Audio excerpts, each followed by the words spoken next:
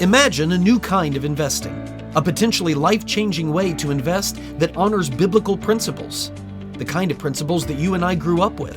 Since 1994, Timothy Plan has made biblically responsible investing possible, offering mutual funds and ETFs that are filtered for biblical principles.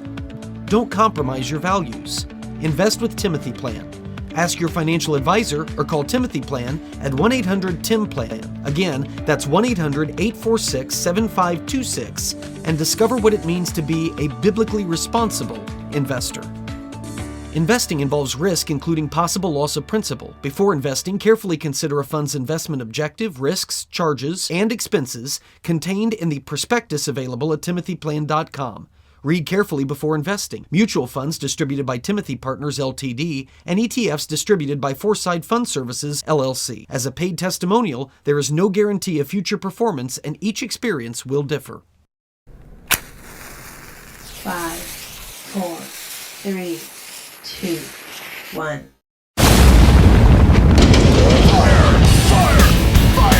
Fire! Pursuing truth. Torching idols, rebelling against the world. This is the HECKPHIRE Podcast.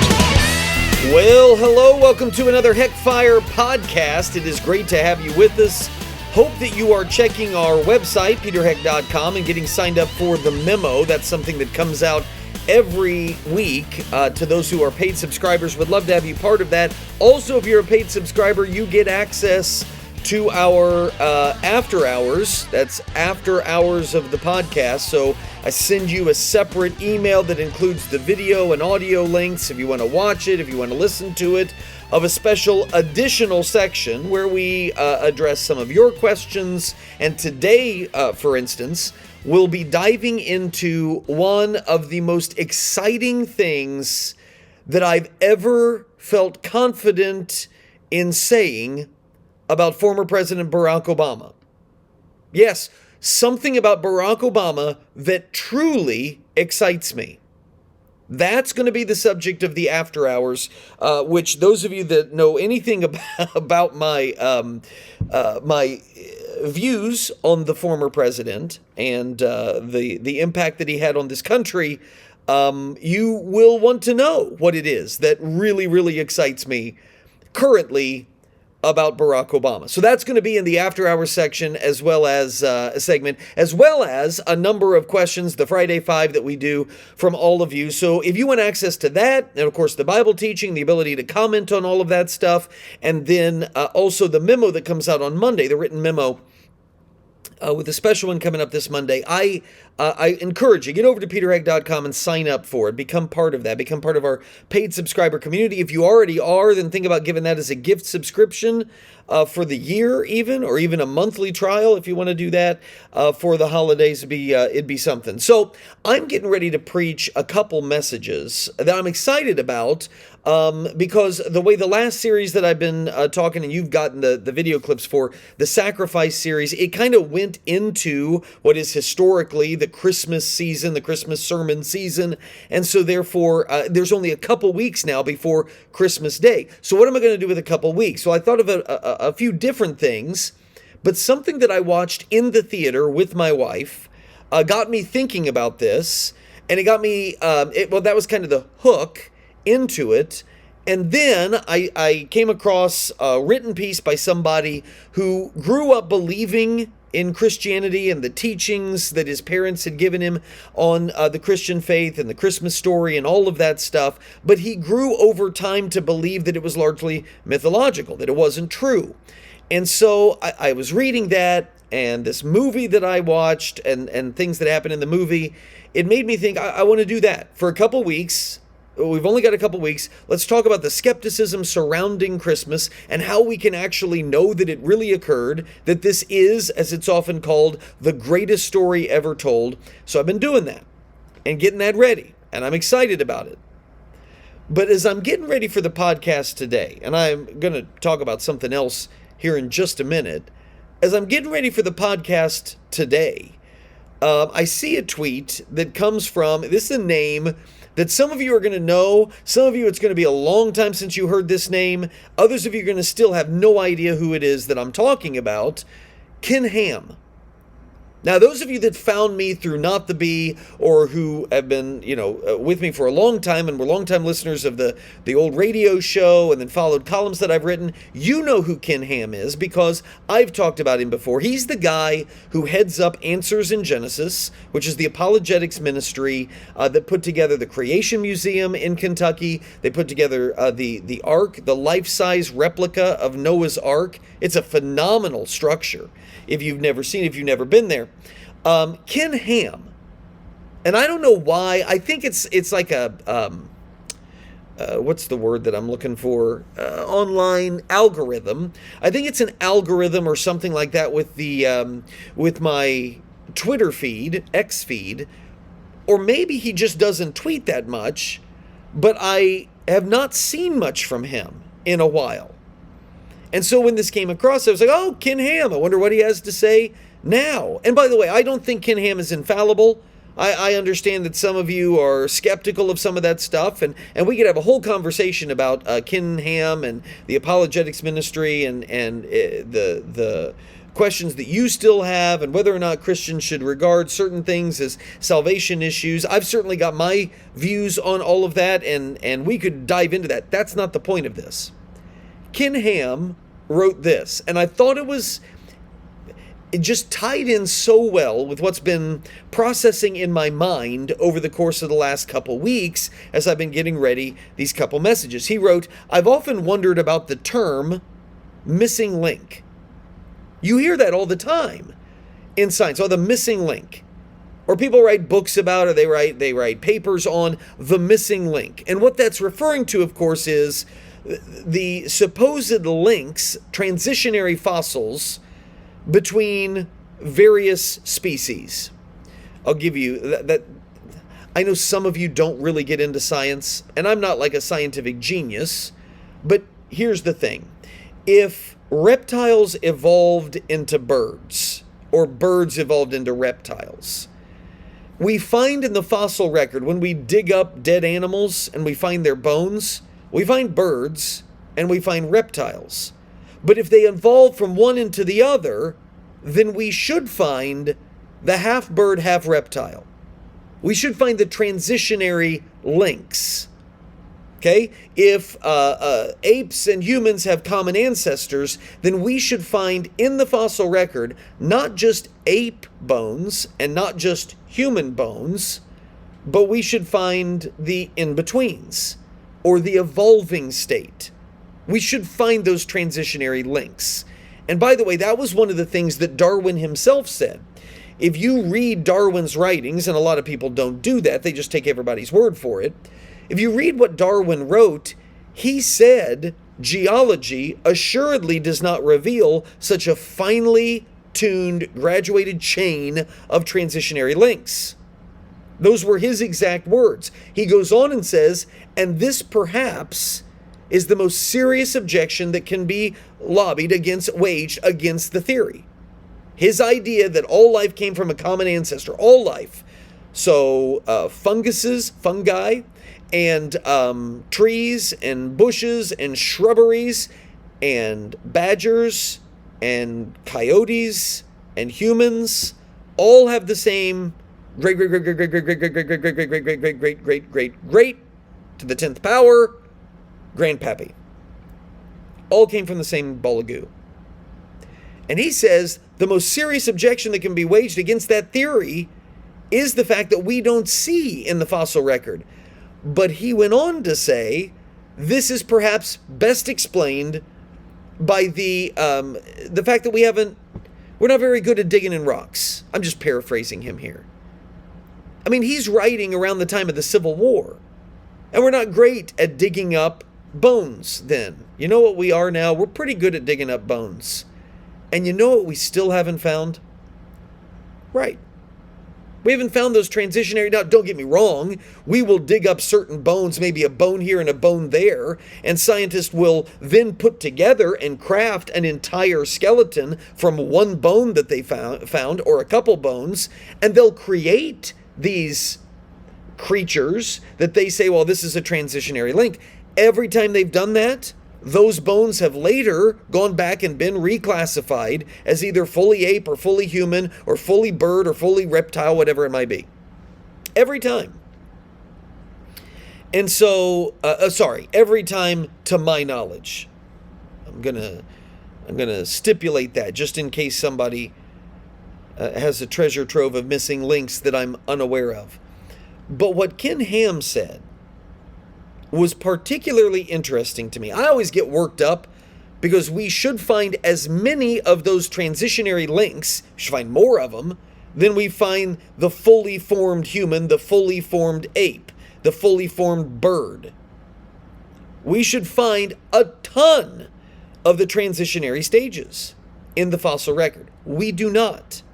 Between that and the human population of the earth, those two issues, commonly overlooked, are two of the biggest, there are whopper problems for those who want to believe in the Darwinian fairy tale. It really is, and that's why I started thinking about this, because I'm doing these messages on, whether or not Christmas and all of this stuff, the incarnation of God in human form, whether or not that is actually a myth or mythological or based off of myths, and people have written stories and they've exaggerated it down through the ages. All of that I'm thinking about, and we give a pass to a Darwinian fairy tale that lacks the necessary graduated chain of transitionary links that Darwin himself said, without this, the theory falls apart. We don't have it. The theory has fallen apart. And the people that believe that the human population right now, 7 billion people? That's about 100 trillion people too small. If you look at the years it takes for the human population to roughly double, we got a real problem.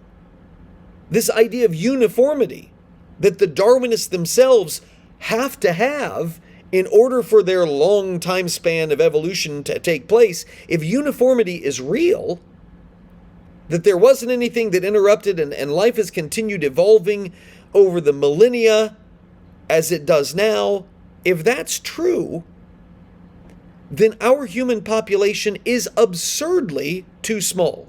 What happened? Where is everybody? Those are the two questions that are almost never asked of people who tout this fairy tale. And I know why. Because they know, the learned ones, I'm not talking about the college kids that go and just lap it up, but the ones that have brains in their heads, they know that this theory has big problems, but they don't have an alternative. They've tried, they don't have an alternative, and so they just stick with it, and they don't talk about it. But here's what Ken Ham, I've been building up to this is what Ken Ham wrote. What do these evolutionary scientists find? When they go digging in the dirt, what do they find? They don't find anything, right? When they're looking for the missing link, they dig in the dirt, they don't find it. They find nothing. But what do they label that as? They label it, the nothing that they have found, they label it as missing. Do you see at the heart of all of that, at the heart of their search, at the heart of their claims? It's religion. It's blind faith. They presuppose that something is there. They have no evidence for it. They've never found it. They just believe that it's out there. And thus they call it missing. Evolutionary belief demands that the missing link be there, and so therefore they call it a missing link, when the rest of us would just say, well, based on what we found, there's nothing there. Why do you believe that it's missing? Well, the answer to that question isn't science. It's not your scholarly brain. It's your blind faith. You have taken it as an article of faith that life evolved from dead matter on this planet. You have taken that as an article of faith. And why? This is what I love. Because Charles Darwin told you so. And here's why I love that, because these are the same folks who proudly puff out their chests and say, well, you believe what you believe because the Bible told me so. How silly is that? You believe what you believe because Charles Darwin told you so? I will acknowledge I base my belief system around what the Bible says is true. I do. You base what you believe, Mr. Evolutionary Biologist, you base what you believe based on what Charles Darwin told you. So who's got the more reliable foundation? Can we test that out? The guy who was a raging racist, whose seminal work, On the Origin of Species, is actually titled, "And the Preservation of Favored Races in the Struggle for Life." I just kind of delete that line. Oh, he wasn't talking about human races. That's not what he was referring to. Well, all of us are animals. If you're going to say he was talking about animals, all of us are animals in Darwinian thought. And how do you explain what he writes in The Descent of Man, where he says that Africans are closer and Aborigines are closer to orangutans and to chimpanzees than Caucasians? That's rough. That's your God. That's the God that you worship. And I know you're not bowing down to an idol of Charles Darwin, but intellectually you are. You are taking it as a blind article of faith that what he said is true, and you're just running with it. This is the degradation. Is that a good word? I don't know. This is the decay of modern science that's happening in front of our eyes. For instance, we tout the wisdom and the knowledge of people like Bill Nye the Science Guy. He was a television performer, a TV performer. And we're going to cite him. This is a guy, well, I can't even run, I won't run on my podcast, the perverse video that he created and had on a live show. It was really gross stuff. But Bill Nye is regarded as some kind of genius? No. Neil deGrasse Tyson? Oh, he's an astrophysicist. You can't argue with that. Let me play for you what this astrophysicist had to say recently. Go ahead and roll this. What I see is sports is on the frontier of how to handle this frontier of people who are trans. It's on the frontier of how to resolve that. And I'm making this up now. Imagine the future of sports does not distinguish sex. It distinguishes and sorts people by hormone ratios. I'm making this up, but imagine that if that were the case. That would be interesting. You get a hormone test, you're in this range, and then you compete against other people with the same range of hormones. That's ridiculous. That's Neil, that is ridiculous. No, it's not. I'll tell you why it's not ridiculous. You're going to give every single person in sport a hormone test. Hold on. I used to wrestle. And wrestling, there are people who weigh, sorry, I'm using pounds here, 125 pounds, right on up to 240 pounds. They don't wrestle each other. The entire sport separates people so that the contest is interesting. Yeah. And so the people of the same weight wrestle each other, and that is the contest. But if Floyd Mayweather... I don't know if that's how it will land. Hang on, Neil. If Floyd Mayweather fought a woman boxer, a female woman boxer, who was the same weight division, he would annihilate her. That's why we don't let it happen. And in fact, in the Paris Olympics, the winner of one of the women's boxing competitions, one of the females who took her on... But my point is that I just think that, if you don't mind me saying, I say this respectfully because I love you, but it just seems to me like you've dug yourself into a slight hole on this issue, and you're trying to get out of it. You're suggesting slightly mad theories, whereas the science to me is obvious. You've already given the best argument I've heard for why we separate the sexes. Hold on. You misquoted me in this very interview.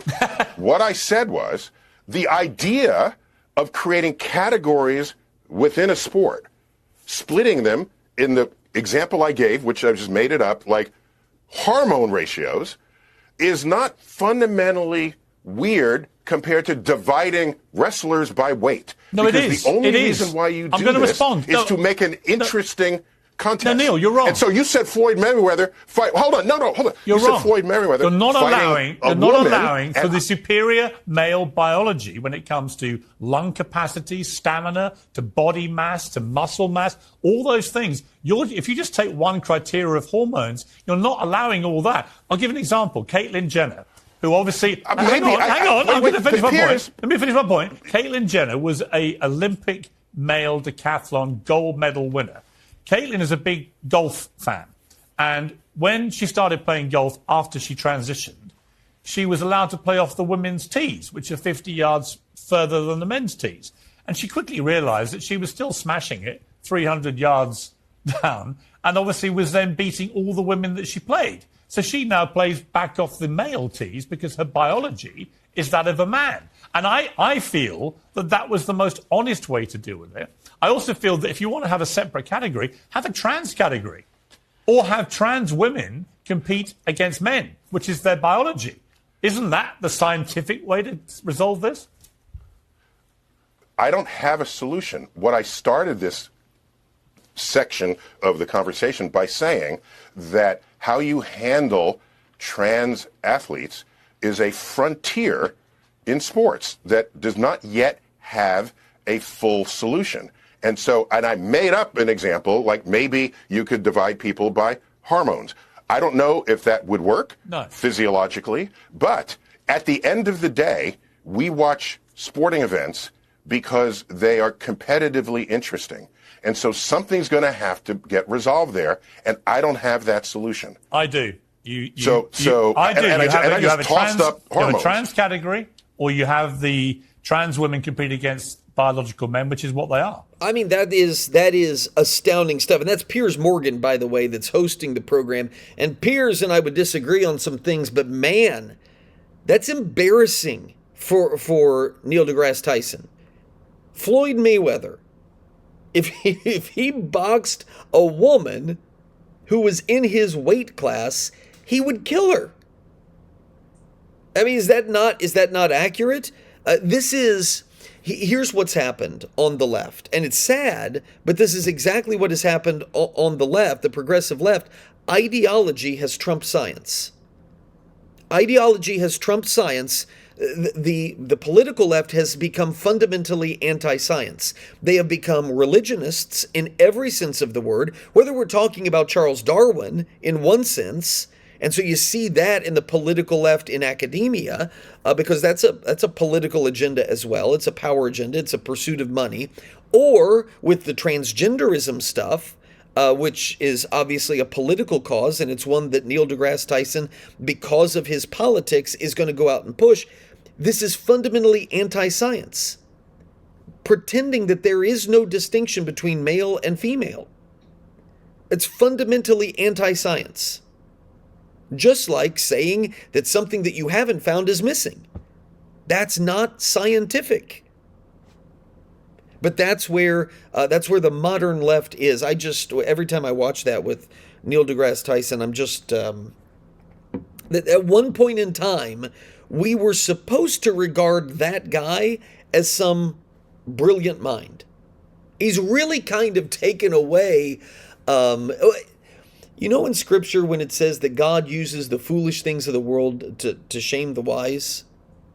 I get that picture of Neil deGrasse Tyson going on all of these talk shows and having all of this fame and having all of these accolades and all of these degrees, whether they're real or they're honorary, and all of these people that think he is so brilliant, and knowing that a single mom, trailer park resident, a guy who dropped out of high school and he was in prison for a while and now works at Lowe's. But those people who have come to Jesus and who accept the authority of God's word, that they know more and that their knowledge is made more perfect than somebody as proud and as arrogant as Neil deGrasse Tyson. That's exactly what the truth of Scripture is saying. and I love it. I do. I do feel bad for people like Tyson. I want somebody to be able to reach him and say, man, look at what your religion has done to you. Look at where you are now because of your faith. And it's leading you down this dark hole, man, that you don't want to go. So anyway, there's that. I had to get all that off my chest, but I think it was worth it. I feel better about myself. Something else that makes me feel better. We're getting into the Christmas season, and we're in the Christmas season, I guess. And I need to tell you all what happened this last week. Okay, my wife and I have known for some time that our kids, I'm not going to give specifics in all this, but our kids have always wanted to go to a particular holiday party at a particular amusement park. Okay? Because they do something really neat around Christmas time and all of that. They've always wanted to do it. 1, we've never had the money. 2, we've never had the time. 3, we've never had the ability to get there. And 4, schedules are just too busy. So we've never done it, and we didn't figure we were ever going to do it. Do you remember? Now, those of you who are free subscribers, I don't know how much I went into this in the past, on the memo pod, or anything else that I've done. So you may not actually remember this, but last summer we took our kids on a West Coast road trip. Like, we went out west and we saw the sights and did all of those things. We ended up having to delay our trip a day because of my daughter's choir party. She made one of the audition choirs, my oldest daughter, and she lives for it. And so we found out after I'd booked, we were flying out to Vegas, get in the car, and then we were going to drive all the way through the West. And after I'd purchased all the tickets and all of that stuff, we found out that the choir party, the summer get-to-know-you party for all the incoming people and the old people, that was going to be the day that we left, and she wasn't going to be able to go. And she was devastated by it. So Jenny and I talked about it. We're like, let's just move everything back a day. We can move it back a day. Well, that means you don't get your money back from the flight. You simply get a voucher that you can use later. Well, the voucher, because of when I purchased it and all of that stuff, the voucher was going to run out at the end of the year. So we were sitting on, I'm just going to throw the number out, but it doesn't matter. We were sitting on a chunk of change that we had to use or we were going to lose it. We had a weekend that was coming up. It was the weekend of December 8th. And the senior minister at my church had scheduled himself to preach that Sunday, and so that meant I wasn't going to preach on that Sunday. We looked, and that holiday party was scheduled for that Friday night. And so we looked at each other and said, well, let's see how far we can stretch this voucher. And because it's Allegiant Airlines, you can package deals.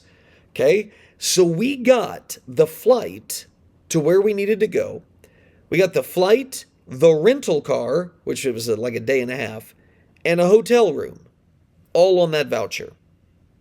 And we thought, okay, we're never going to beat this opportunity, so we can't just spend that money for the tickets to the holiday event. It's a lot of money. So what we'll do is we'll make this part of their Christmas. Part of their Christmas, we're going to reduce the amount of gifts because they really want to do this, and we know that. We don't tell the kids. We're going to yank them out of school in the afternoon, and we're going to head down to the airport.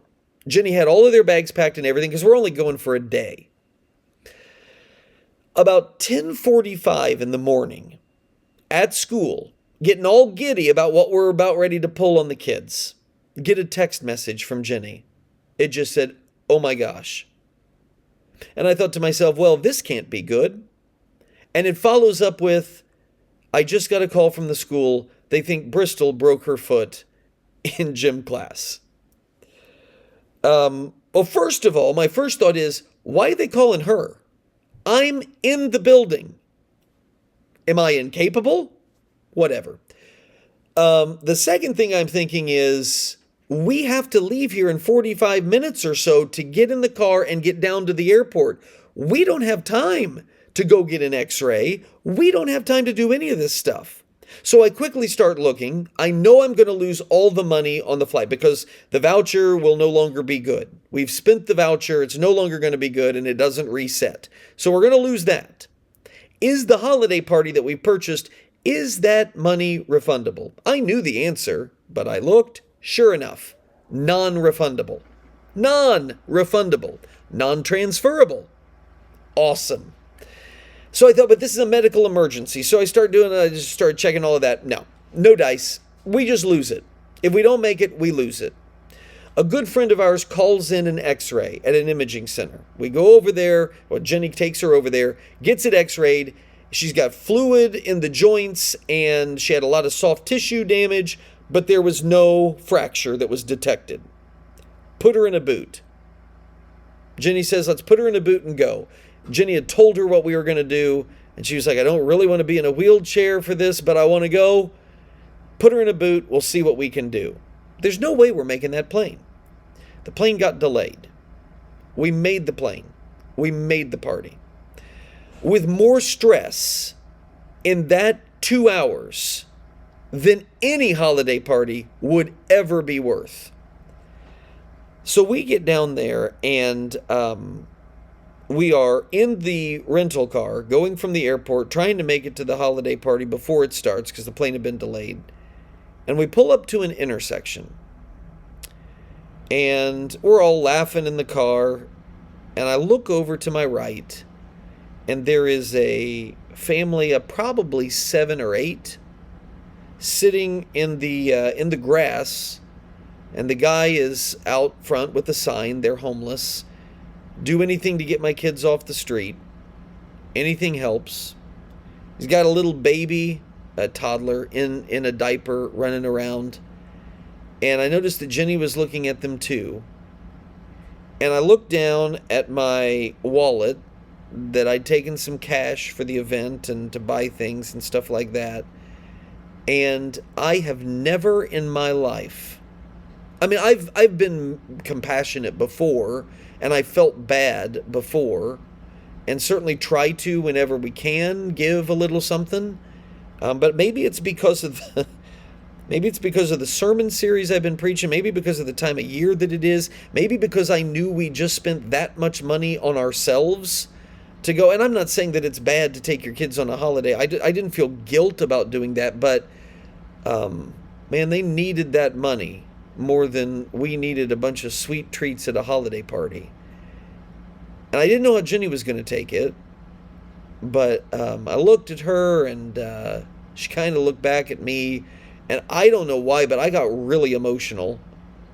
And I think Jenny did a little bit too, and the kids thought there was something wrong. We didn't know, but so we gave the family some stuff, and the guy came up and he had obviously needed dental work, but he's carrying the youngest of their kids, and thanked us profusely, of course, but then he handed it to the little one in the diaper, in the toddler, and he went running off and he said, he's my banker. And I said, well, you better watch him, he's making a break for it. And the guy laughed and said, he can't get too far. And that was it. And so why am I telling you this? I'm not telling you this because, hey, I gave money to those people. No, because we still went to a holiday party and they're out on the street. I don't think we're heroes here. But I'm asking you, you don't know their names. I don't know their names. But I've been praying for that family every day. And I believe, as an article of my faith, that God answers prayers. I know it. I know that He does. I know that He's real. You do too. We all do, whether we suppress the truth or not. And so I'm asking you, just once. I'm just thinking of all the people that listen to this podcast. If all of you who listen to this podcast or watch it online or whatever, if all of you would just, right as this ends, say a prayer for that family. God knows exactly who they are. That He be able to find work. That there would be somebody from Jesus's church that would find a way to help that family and help those kids. And that they might have a life where they're able to live and to glorify God. I would I think it'd be awesome. I really, really do. I appreciate all of you. Those of you who are paid subscribers, we'll do this after hours thing coming up, so don't want to miss that. It'll come to you later this evening. And those of you who are free subscribers, I'll see you next week. All right? Have a good one. The HECKPHIRE only burns because of loyal friends and supporters of this ministry. All of these are people and groups that I know personally and trust implicitly. I can't say enough good things about my friend Jonathan at Hartman Family Farms, about my bank, First Farmers Bank and Trust, my lawn care team at Trueland Equipment, my insurance company at Norris Insurance, the place where I buy and lease all of my vehicles, McGonigal GM Buick, and main attraction hair, nobody else touches this head, Stevens Machine, my mechanic at Terrell's Auto Service, my longtime realtor, the Wyman Group, and certainly so much can be said for those fighting for family values in the public square, like the Indiana Family Institute and Indiana Right to Life. Please support them all and thank them.